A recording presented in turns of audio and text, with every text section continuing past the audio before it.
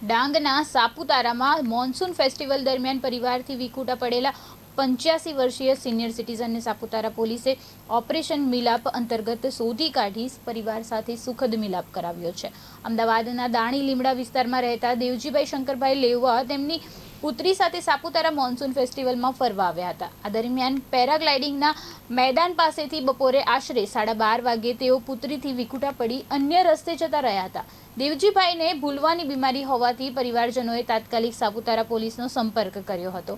ફરિયાદ મળતા પોલીસે અલગ અલગ ટીમો બનાવી સીસીટીવી કેમેરા અને હ્યુમન સોર્સની મદદથી સાપુતારા તથા આસપાસના વિસ્તારોમાં શોધખોળ શરૂ કરી હતી। સતત તપાસ બાદ 10 ઓગસ્ટે દેવજીભાઈ મહારાષ્ટ્રના કણવડ તાલુકાના ધનવલી ગામ તરફ જતા રસ્તા પરથી મળી આવ્યા હતા।